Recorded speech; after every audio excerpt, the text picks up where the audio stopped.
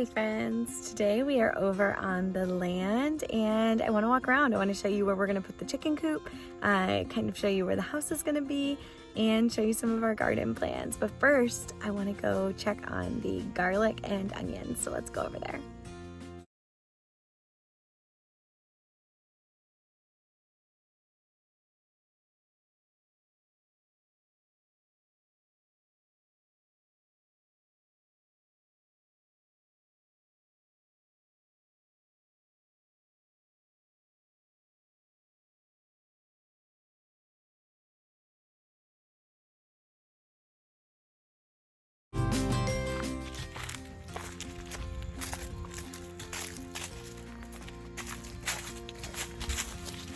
Hey. Hey, we're gonna go check on the garlic and onions. So let's see. Oh, they're looking pretty good. So you can see our, these are the onions. Most of them have popped up. So I was reading, I think I can actually top these and then I'm gonna heavily mulch them, and then in the spring they're gonna grow back up further. And we'll kind of go from there. This bed actually has a lot more that are growing. I don't want them to get like too big because it is a little bit early. I don't know, I need to do more research. If you have advice on onions in the fall, let me know below. I've only ever grown onions in the spring, so I'm kind of, I'm not 100% sure what I'm doing here, so let me know. Here's this bed.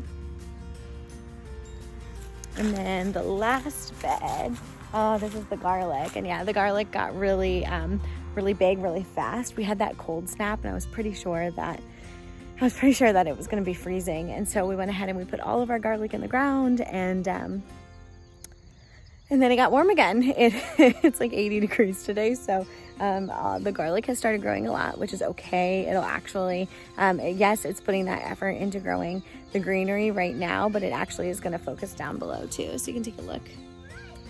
But yeah, looks pretty good. Okay, so I'm gonna go ahead and walk down and show you guys where the chicken coop is gonna be. And Kevin is gonna drive down and meet us there because the baby's asleep in the back. You guys have seen this front portion. So we got this garage that was on the land when we got here. It was kind of like a dirty gray color. So we've been refinishing that. Kevin actually just finished the front. So we painted it white. We did the black trim, which I think looks really nice. So I'm gonna walk this way. So this is coming down the driveway. We've got the big walnut tree that you guys saw in the video where we were collecting the walnuts. We have so many more that we need to collect. I don't know. Can you see all these? Whew.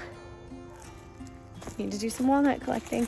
And a lot of these, it's nice because they've dried out a lot already. So that is prime walnut collecting time.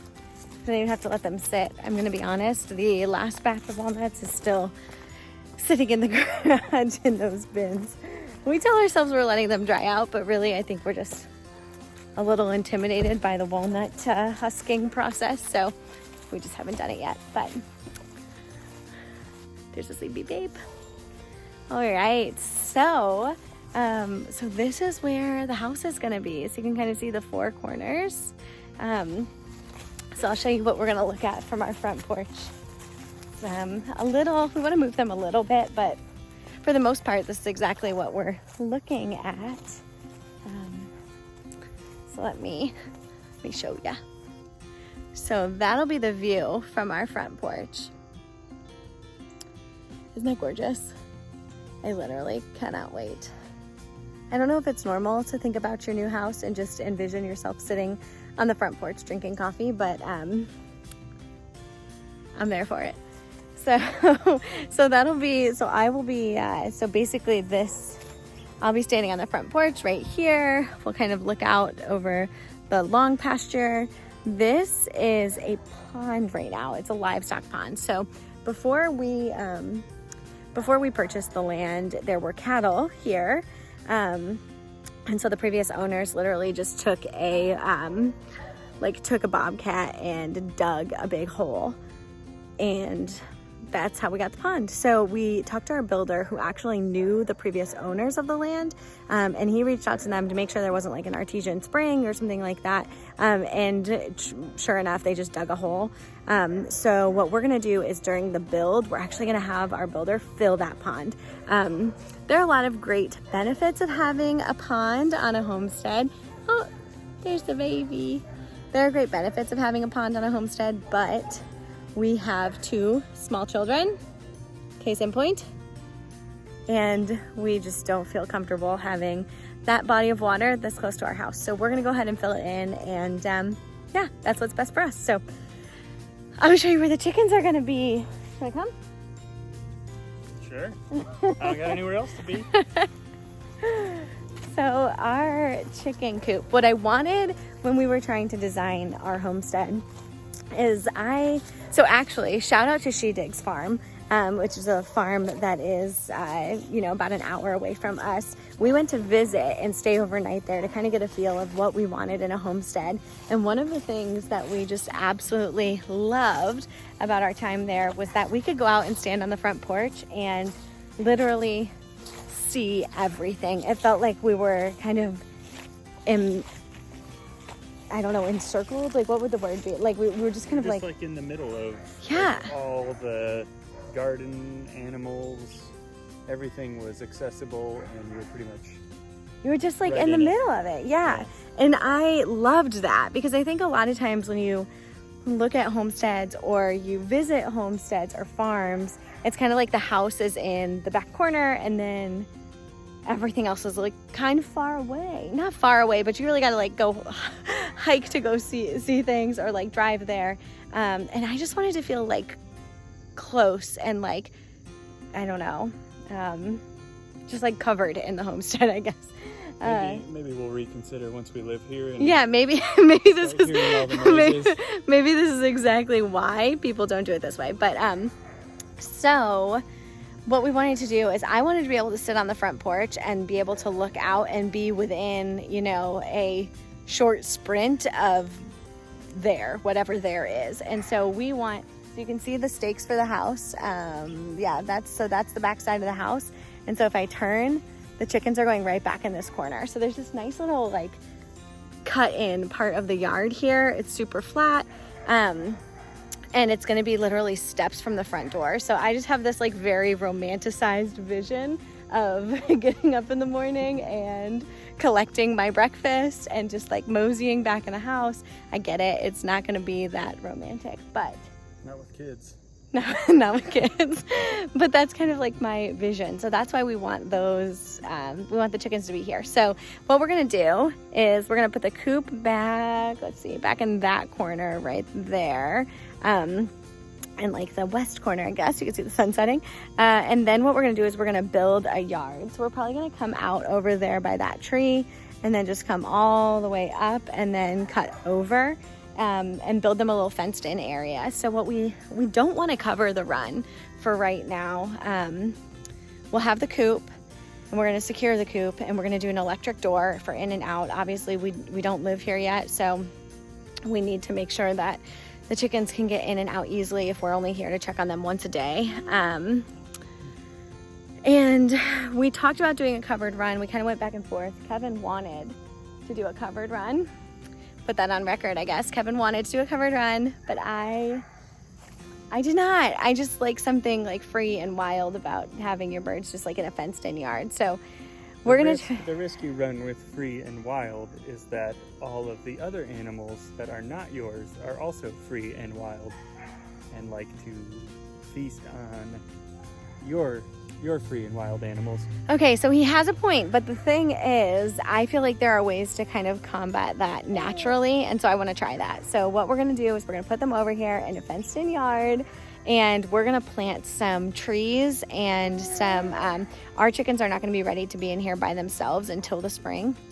So what we're going to do is plant things like sunflowers that get really tall and maybe even some corn in here that they can eat when the seeds fall, but that they kind of provide a little bit of air cover for them. And we're going to see how it goes. We have some friends who do it that way and they've had really good success and she's not lost any chickens. So yeah, we're gonna see how that goes, but this is where the chickens will be. So I want to show you where the garden is gonna be, but first we're gonna walk over there. I won't make you listen to me while I walk. Okay, so we have made it down. It wasn't that far, because remember, I want everything to be very walkable from the house. So here's the house again. There's the front porch right there. So if we turn, you can see where we drove down because that little guy was sleeping. But if we turn, so that's the horse pasture. That's the neighbor's land. You can see the little guy right back there. Oops. There he is. It's weird, like depth perception. But so the garden is going to be right here. I want to run it parallel to the horses, obviously probably like 6 to 8 feet away so that the horses don't decide to eat my garden. But we're just going to do a big rectangle. We're going to fence it all in. This first year, we're actually going to do it completely in ground. What? This first year, we're going to actually do it completely in ground. So in the past, I've really only ever gardened in raised beds.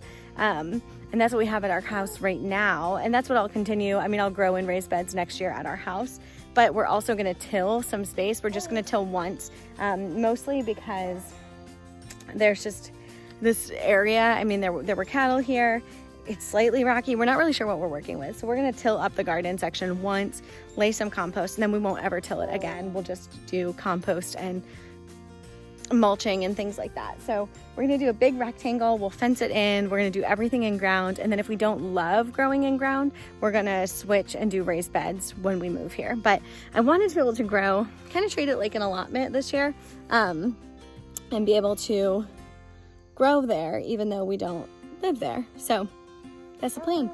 So this will all be the garden. So you'll just look out and the garden will go that way. And then I'm thinking I want to put a greenhouse right here. And then up there. So our property is kind of like a, would you call it like an L shape? Mm-hmm. It's kind of like an L shape. And like the front 7 acres are cleared. And they're pasture. That's where the cows used to be. And then the back 8 acres, if you look that way, there's 8 acres back there that we own that are all wooded. So our plan is to, in the front, we've showed you that's where we have the like mini orchard that we've started, and we have the garlic and those raised beds up there. And then this front section, it's actually, you can't really tell in the video, but it's pretty steep. We're gonna do a vineyard over there. Kevin has been wanting to try to do a vineyard for a while, so that's his project. He's going to do the research and he's going to start a vineyard, and it's going to be great. So yeah, so we'll put the vineyard back there, and then I think we'll put a greenhouse here, and then we'll put the garden back that way. Those are like the plans for the next, I'd say, 2 years. Like in the next 2 years, we want all of that infrastructure in place, including the house. And then after that, kind of our next plans that we're not 100% sure. I think that when you start looking past 2 years, when you're talking about a homestead, everything is just like a little bit fuzzier. It's like those things might change. I feel like we have ideas, like we have visions and dreams of like what we want this land to be. But I think that those change so rapidly depending on what we learn or see or start doing or decide we don't want to do. But I am completely enamored by the idea of fresh milk.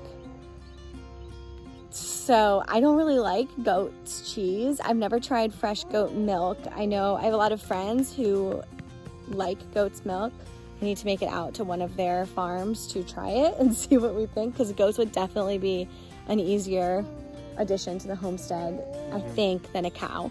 But I kind of am also enamored and romanticizing the idea of having a dairy cow, or like a family cow. So the long-term goal is where we're filling that pond to actually put a barn there. It's a really big space. That pond is bigger than it appears on the video. And so we have plenty of room to put a barn right there. And that would, again, kind of make everything really close to where we are. It just feels like you can protect your space better that way, I think. I think that's why I like it. It feels like I can protect it if it's close. I don't know if that makes sense, but yeah, so that's our vision. And mostly I'm probably taking this video for us so that we can sit down in 2 years and say, look at what we thought we would do and look at where we are now. But look how young the baby was. look how young the baby was. But we're really excited, and we're really excited that you guys have chosen to come on this journey with us. So subscribe if you want to see all of our successes and failures. Mostly failures. Probably failure. But we're going to learn through all of it. So that's part of the process. If you want to start becoming sustainable yourself, as we set out to try and do, then there's going to be a lot of failures, and we just have to take those and learn from them. Absolutely. And we want to know what you guys have done. We know that we are not the first to forge this path, and it is always kind of my motto that you shouldn't have to reinvent the wheel. So even though this is our journey and we are making some decisions because that's how we feel and the direction that we want to move forward, we also want to know what you've learned. So let us know in the comments below if any of these ideas seem really bad in your opinion. And you know, we might take it or leave it, but we love to hear your thoughts and opinions and experiences. So thanks for joining us today. We're gonna probably take a drive around. Bye. Bye.